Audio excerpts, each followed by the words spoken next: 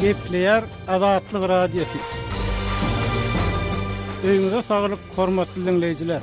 Bugün 2022-nji ýylyň 21-nji maýy, hepdeniň 6-njy güni. Hepdeniň jem programmamyzy dinlemäge çagyrýar. Onu Pragada studiodan men Ýogşan Annurwan alyp barýarym. Hormatly dinleýijiler, bu hepde Azatlygyň websaýtyny iň köp okulan habarlaryň başyny SpaceX, Starlink, emel hemra internet ara gatnaşygy Türkmenistanyny 2023-nji ýylda el ýeterli bolar diýen atlan çap edilen habar çekýär. Bu temadan çap edilen gepleşigimiz hem iň köp dinlenenleriň bäşligine girdi.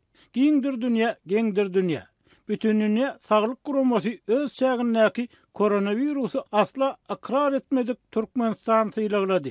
Aşgabat hususy avtologda kireyni ýolagçy gatnatmak gadagan edilýär. Yeni 490 etnik Kazak Türkmenistany hemişelik terk edip Kazakstana göçýär. Türkmen häkimetleri ayarlara basyşyny dowam etdirýärler diýen atlan çap edilen habarlarymyz hem bu hepde iň köp okulanlaryň bäşligine girdi. Bu hepde terişti üstünnäki uruş Türkmenistanyny zirdebiyle mätäç bolanlaryň sany artýar. Tanga. Aşgabatda karantin sebäpli ýyza süýşürilen ýene bir konsert geçirildi. Türkmenistanlylar prezidentiň saparyna we şäheriň durmagyna taýýarlanýar diýen atlan çap edilen gepleşiklerimiz bolsa iň köp dinlenenleriň bäşligine girdi. Bu hepde Azatlygyň websaýtyna girenler Türkmen görnüşleri 20-nji hepde diýen atlan çap edilen foto sergimizde Gurbanuly Berdimuhammedow agtyklary bilen çağalaryň oýun awtomatlarynyň zaryna bart diýen atlan çap edilen video habarymyza köp tomoşa edipdirler. Hormatly dinleýijiler, Azatlygyň websaýtyna çap edilen habarlar, videolar bilen baglykda öz pikirleriňizi aýtmagy, şeýle-de öz tejribeleriňizi, belliklerinizi Azatlygyň okuwçylary we dinleýijiler bilen paylaşmaga çagyrýarys. Hepdeniň jeminiň liýarsyňyz. Geçen hepde Türkmenistan wakalary baý boldy. Hasanygy 12-nji 13-nji maýda Aşgabatda Merkez Aziýa döwletleriniň we Russiýa Federasiýasynyň parlamentary forumy we denanlaryň dialogy geçirildi. BMG-nyň edenetdirikli tutsak etmeler boýunça işi topary Balkanly hukukçy Peýgambergelli Allaýberdiýewiň Türkmen häkimetleri tarapyndan bir kanun tutsak edilenine barada netije çykardy. Şu aralykda Aşgabatda konstitusiýa we baýdak güni hem bellenilip geçildi. Denanlar dialogu we Türkmen denanlarynyň ýagdaýy baradaky gurruna geçmeden öň kardeşim Maksat Ataýewiň baş kanun we ýurtdanyň berja edilişi barada taýýarlanma maglumatyndan gysgaça bir bölegi bilelikde dinläliň. Mundan 30 ýyl ozal 1992-nji ýylyň 18-nji maý güni Türkmenistanyň konstitusiýasy kabul edildi. Synçylar geçen 30 ýylyň dowamyny adyrnan 8 gezek üýtgetmeleri we goşmaçylary sedewar bolan baş kanunyň konstitusiýa kepil geçmek jogapkärçiligini öz üstüne alan döwlet häkimiýeti tarapyndan birnäçe gezek bozulanyny aýdýarlar. Bu aralykda konstitusiýa bilen birlikde belenilýän döwlet paýdagynyň güni has ozal ýurdun ilkinji prezident Saparmat Niyazowyň dowlany gününe 19 fevralda belenilýärdi. 2017-nji ýyldan başlap bu sene 18-nji maýa geçirildi. Türkmenistanyň konstitusiýa gaýta girdilýän üýtgetmeler bilen bir hatarda möhüm seneler wagtly üýtgedilýär. Esasy kanuny girdilýän üýtgetmeler we goşmaçylar köplen şeýçilere görä döwlet ýolbaşçylarynyň bähbetlerine hyzmat edýär. Baş kanun 2016-njy ýylda girilen üýtgetmeler ýurtda prezidentlik möhletini 5 ýyldan 7 ýyla çykaryp şol wagt prezident wezipetine eläp oturan Gurbanuly Berdimuhammedow ýokary döwlet wezipetine arek etmesi dalaş etmek mümkinçiligini beren bolsa, 2 ýyl ozal 2020-nji ýylda baş kanuny girilen üýtgetmeler Türkmenistana ýokary döwlet wezipetiniň atadan ogly peşgeş berilmegine hyzmat etdi. Türkmenistanyň konstitusiýasyna 2020-nji ýylyň sentýabryna girilen üýtgetmeler bilen ýurdun parlamenti 2 palataly ulgama geçirildi. 2 palataly ulgam göräýmäge halkyň sesini, halkyň isleglerini we bähbetlerini has giň wekilçilik edilmegine ýardam bermelidi. Ýöne baş kanuny girilen üýtgetmeler soňy bilen şol wagtky prezident Gurbanuly Berdimuhammedowyň şol bir wagtda parlamentiň ýokarky palatasynyň başlygy wezipetini hem eýlemegine alyp geldi. Ýogsa Berdimuhammedowyň öz teklip eden üýtgetmeleri we goşmaçylary ýurdun prezidentine kanun çykarjylgamy agzalygy we başlyklygy gadagyn edýärdi. Gurbanguly Berdimuhammedowyň parlamentiň ýokarky palatasynyň başlygy wezipesini eýelemegi bilen onuň 40 ýaşly ogly Serdar Berdimuhammedow prezident wezipesine dalaş etmäge ýol açyldy.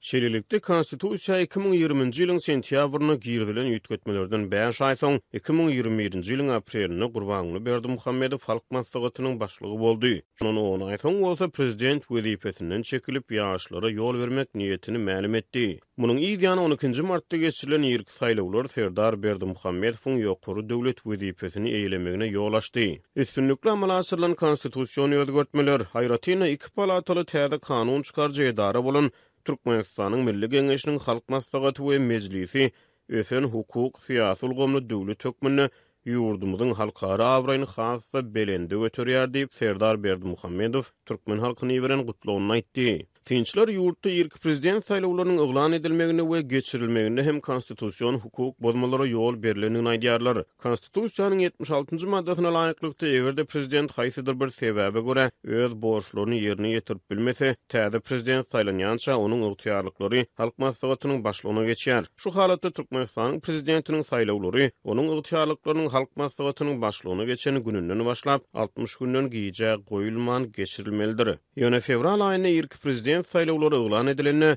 Gurbanguly Berdimuhammedow prezident wezipesi bilen bir hatarda kanuny garşy edip halk maslahatyna da başlyklyk edýärdi. Üstesine Uly Berdimuhammedowyň anyk näme sebäpden wezipeden çekilmäge istegi bildirýänligi açıçan aýdyňlaşmady. Berdimuhammedow halk maslahatynyň nowatdan daşary mejlisine eden çöküşine özüniň peýgamber ýaşyny arka atanyny notady. Ýöne peýgamber ýaşyny arka atmak baş kanunyna görä Türkmenistanyň prezident wezipesini besetmäge esas bolup bilmeýär. 60 günden giýje goýman geçirilmeli saýlawlar Türkmenistanyň 30 güniň içinde gystaly geçirilip Serdar Berdimuhammedowyň aňsat ýeňişi eglan edildi.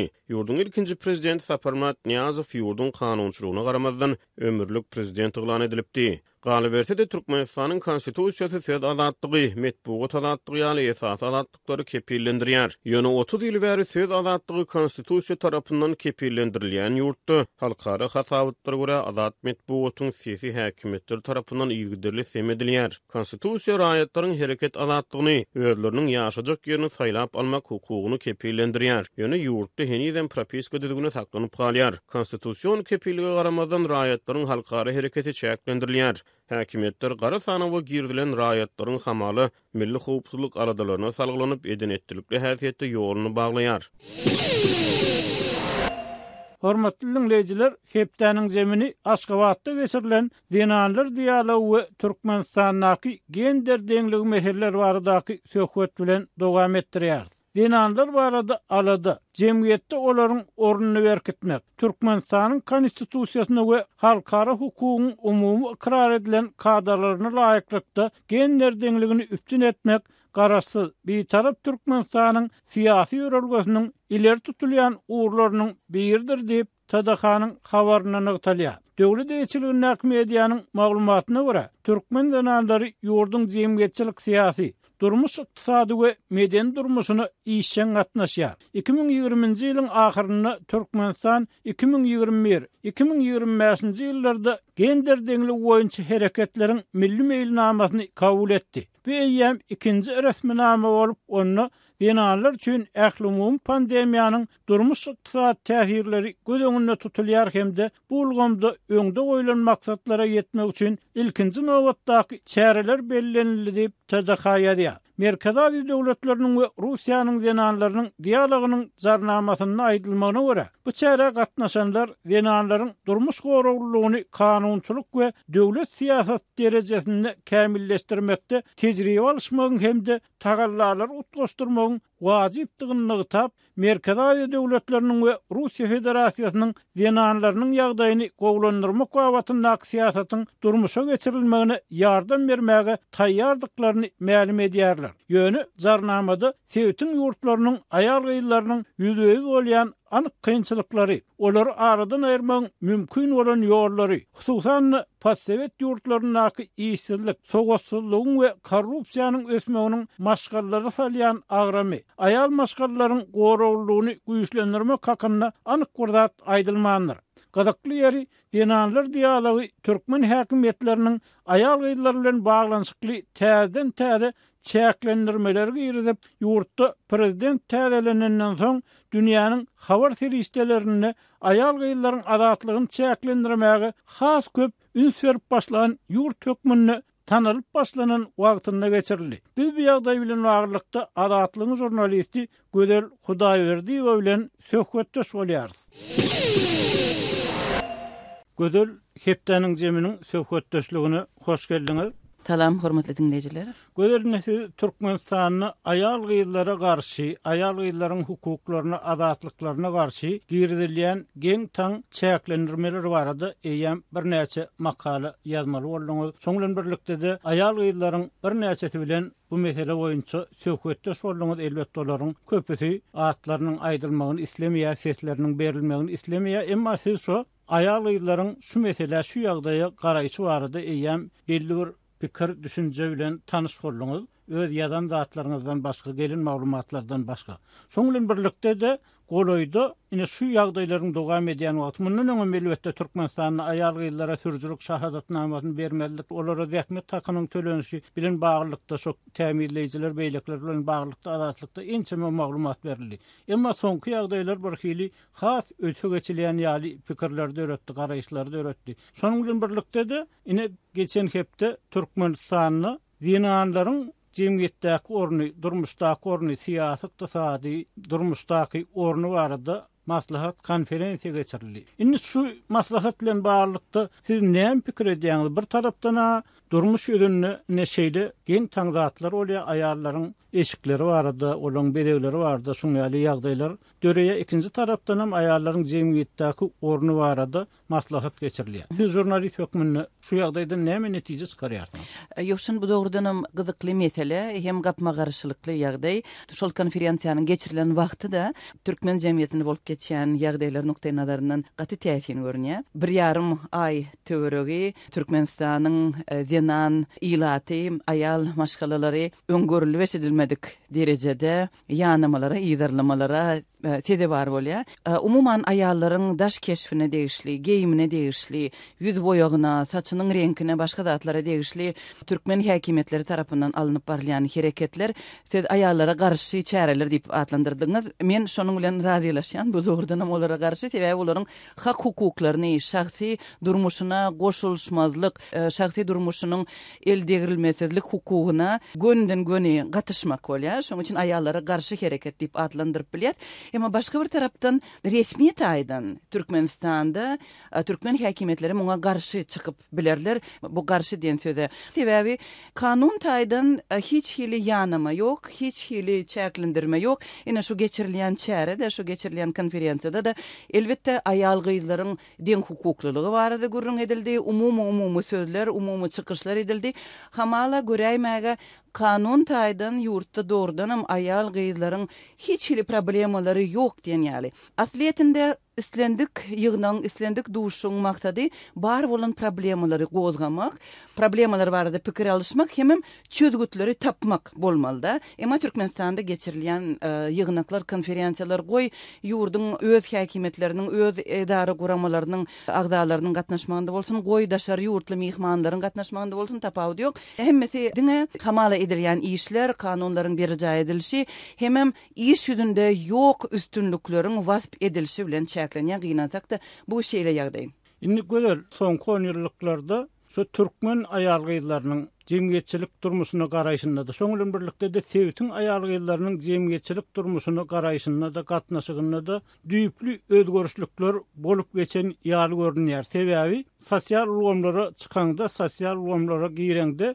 ingliz dilinde ýa pikirini paýlaşan gelin gyýdylary duguşda bolýar. Olar dünýä derejesinde pikirlenýän gelin gyýdylar. Şoň bilen birlikde de Türkmenistanyň doğrudan hem kanun ýüzünde gelin gyýdylaryň, aýallaryň hukuklary, deň hukuklygy elbetde gollanýar, olar dürli wezipeleri bellenýär, olar jemgyýetçilik durmuşyna, siýasy durmuşa gatnaşýarlar. Ikinji tarapdan bolsa olaryň eşikleri, geyimleri hakynda dillen görkezmeler esasynda şuňaly ýagdaýlar dowam edýär. Indi şu döwürde, häzirki döwürde internet döwrüne gelin gyýdylar doğrudan hem elbetde olaň bilim alıp bilmedikleri ama kıyın ýagdaýda, kıyın sosial, ykdysady ýagdaýda ýaşaýanlary erkeklerin ýa-da ýa-da erkeklerin tarapları bilen alalaşmaly bolýan ýagdaýlar hem ykdysady garaşlylykda ýaşap, emma düşünce taýdan ösen, bilim taýdan ösen gelin gyýylar hemma.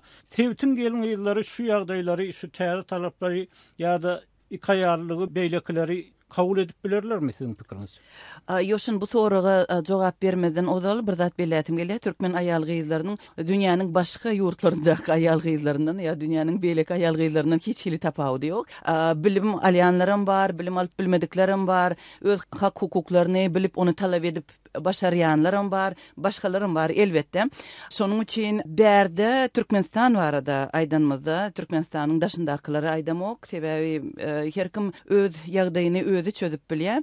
Emma Türkmenistanyň içindäki ýagdaý barada aýdylanda türkmen häkimetleri näme üçindir raýatlara gözegçiligini berk saklamak ugrunda görüşýär. Bütün aýal gyýylary da degişli däl, asliyetinde erkeklere de degişli. Türkmenistanda ni aýal gyýda, ni erkek adamda hak hukugyny goramaga mümkinçilik mehanizm bar. Kanunda aýdylýar, emma iş ýüzünde o zat ýok.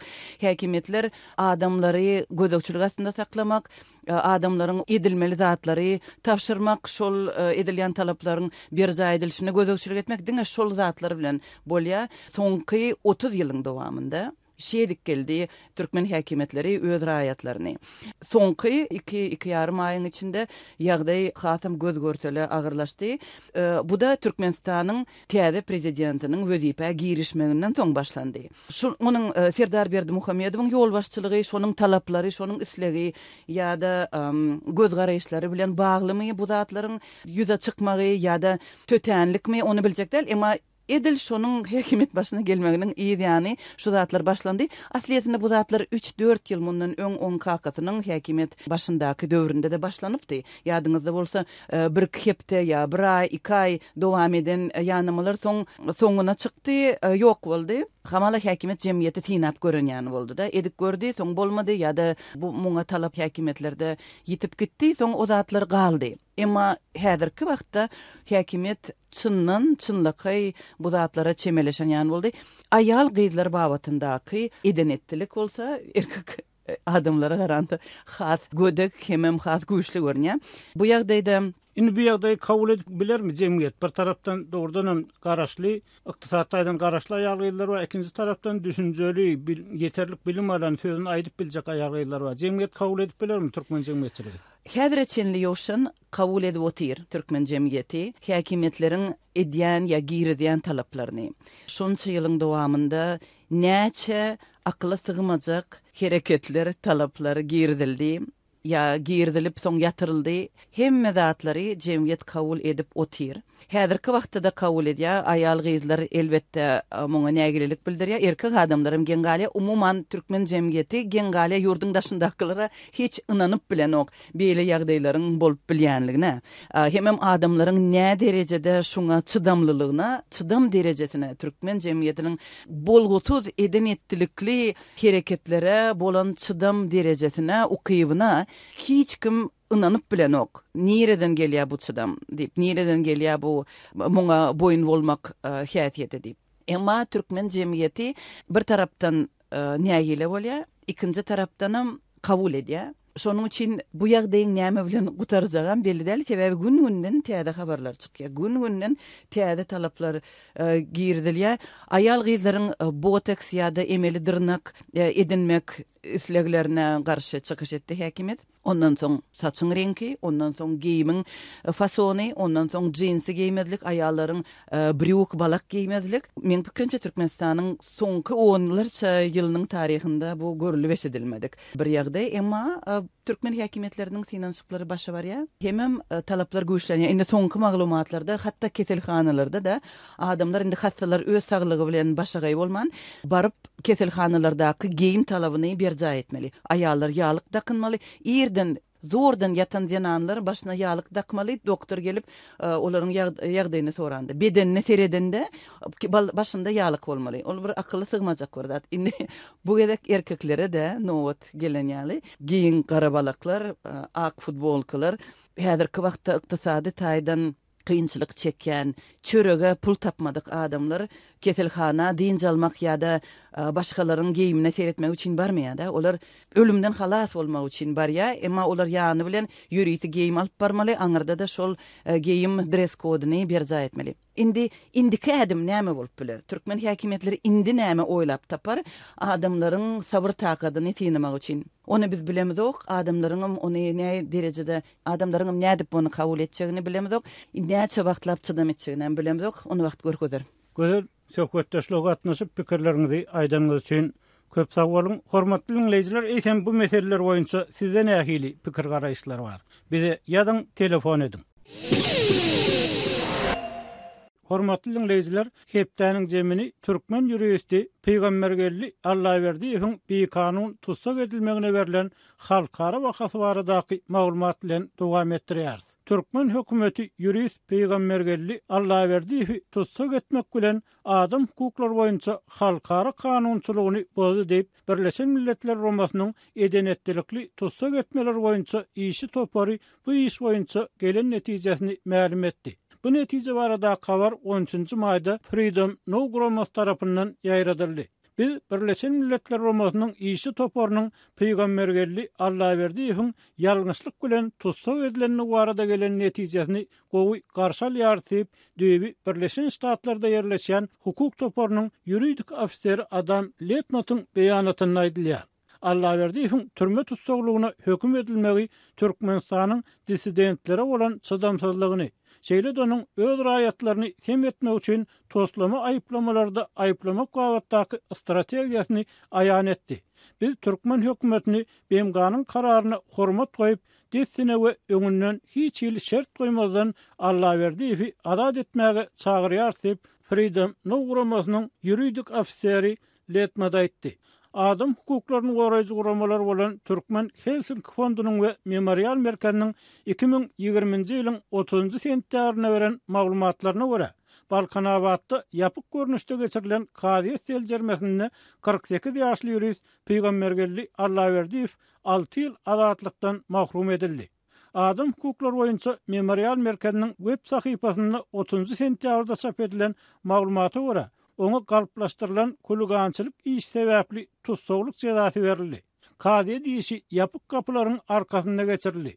Dinlenşige diňe aýplanýanyň garyndaşlary däl, eýsem resmi taýdan bildirilýän aýplama çüýhe döredip biljek şaýatlar hem goýberilmedi. Azatlygy ma'lum bolmagyna görä, Türkmenistanyň Newit we Gaz ministrliginiň Newit edarasynyň ýuristi Peýgambergelli Allahyberdiýew daşary ýurtlardaky protest hereketine gatnaşçylar bilen ara gatnaşyk saklamakda guman edilip 5-nji sentýabrda Türkmenistanyň ýürüýte gulluklar tarapyndan tutsak edildi. Biz iň bolmanyny suud edilýäniň aýalynyň suud çaýyny goýberilmegini soradyk. Emma olar mundan boyun gaçyrdy diýip hukuk goraýjylaryň tasdiklamagyna görä bu waka şaýat bolan bir denan gurrun berdi.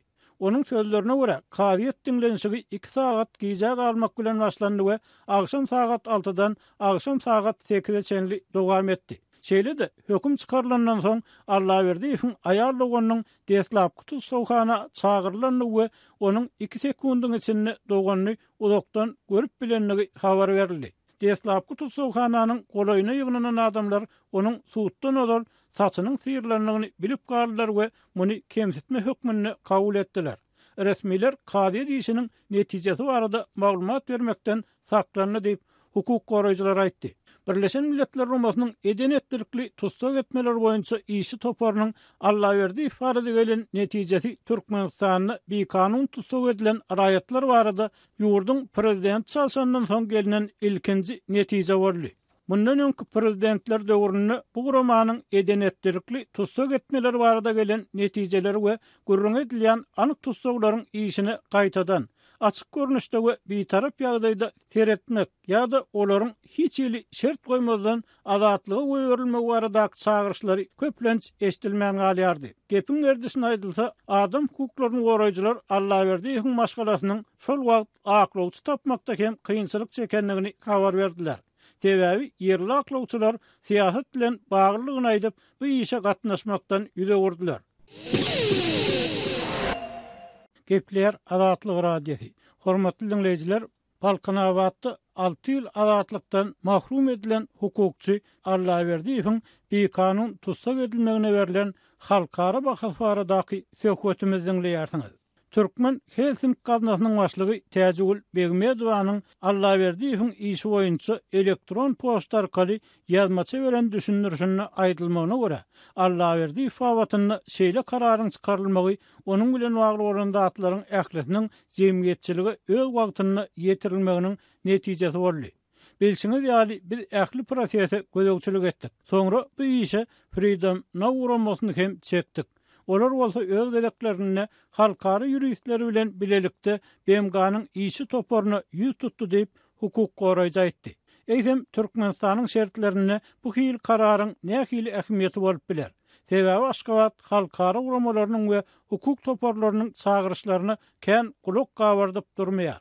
Täjegül Begmedow bu hil kararlar ören möhüm diýip hasap edýär. Sebäbi olar türkmen hakykatynyň real keşfini açyp görkezýär. Türkmen häkimetleriniň owadan türkmen durmuşyny wagt etmek üçin näçe köp tagalla edýänligi belli da dahyrin. Bu propaganda diňe bir ýurduň içine däl, eýsem bütün dünýä hem ýaýradylýar. Şonuň üçin bu hil kararlar alternativ maglumat bolýar. Türkmenistan bu hil maglumatlardan gaty gorkýar diýip hukuk goraýjy ýazdy. Onuň pikirçe häkimetler hergedek aktivistleriň, jurnalistleriň, adam hukuklaryny goraýjylaryň Türkmenistanyň islenlik raýatynyň hukuklaryny wagtanyny mümkin bolýarça kän açaçanlyk berýär. Siz bu karardan haýsy netije garaşmalygyny soraýarsyňyz.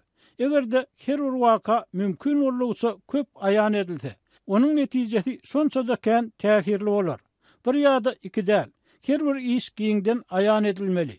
Muradowanyň, Nepeskuliýewiň, Allaverdiýewiň ýagdaýlary ýurtda başgaça pikirleriň rekimsizlik bilen basylyp ýatyrylmagynyň ýeketäk mysallary däl. Emma dünýä bularyň diňe iki ýekesinden habarly bolýar.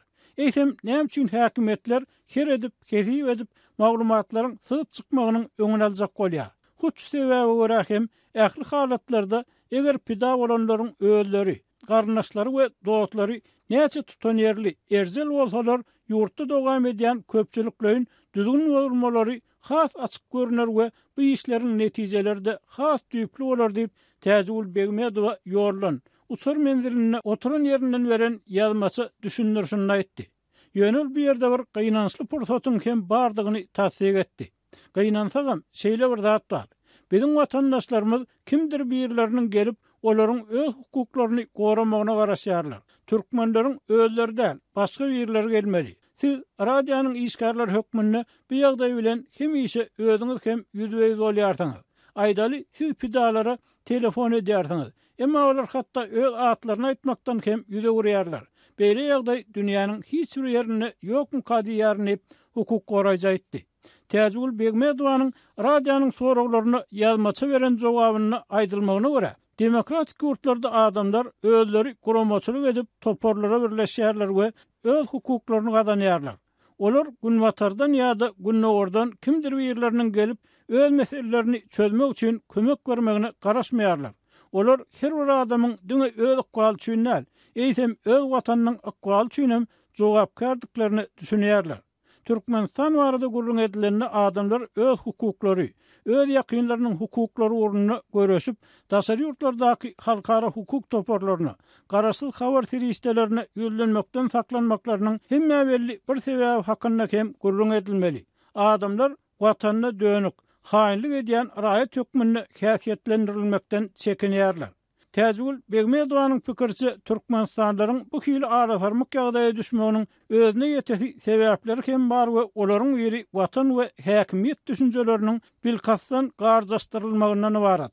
Häkimetler adamlaryň boýunna watanyň we döwlet häkimiýetiniň bir bütegi düşünje duwaradaky ýoýulan ideologiýany nakýarlar. Öz hukuklary uğruna görüşjek bolýanlar bolsa watana dönük, jenaýatçy ýa-da töhmetçi diýip atlandyrýarlar. Türkmenleriň hukuklaryny wagyan bir emeller, häkimiýet ýa-da döwletiň wekilleri. Emma olar hiç bir jähetden watanyň özüden, Bu meselede meniňçe bilgeçliğin bulaşıklyk döredilýär diýip hukuk goraýjy aýtdy. Häzirlikçe eger biz muňa düşünmesek, goý ähli halkara uramasy Türkmenistanyň hukuklaryň bozulýanlygyny görkezäýsin. Hakyky üýtgeçligi garaşmaň. Başta her kim öz-özüne sora bermeli. Men watana nädip kömek edip bilerin? Asoň halkara uramalarynyň kararlarynyň netijeliligi ýa-da däli barada gurrun etmeli diýip Türkmen Helsinki gaznasynyň başlygy Täzgül Begmedowa adatlyga beren ýazmaçy düşünürşini aýtdy. Hormatly dinleýijiler, eýsem bu mesele boýunça sizde nähili pikir garaýşlary bar.